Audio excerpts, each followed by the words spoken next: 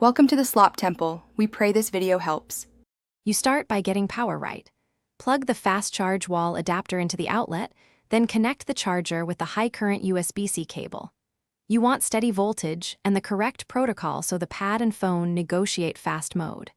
Once done, remove bulky cases or magnetic rings because they block alignment and reduce speed.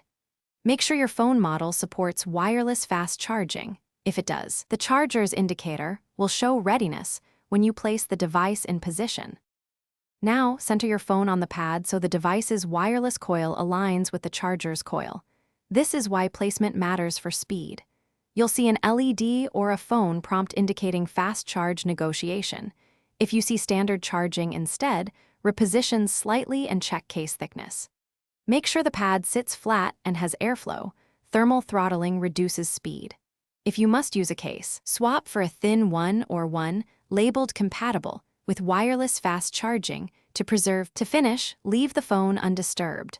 Moving it can break alignment and slow charging. If charging is slower than expected, swap the wall adapter and cable for known PD/QC gear and remove the case. These are the most common fixes.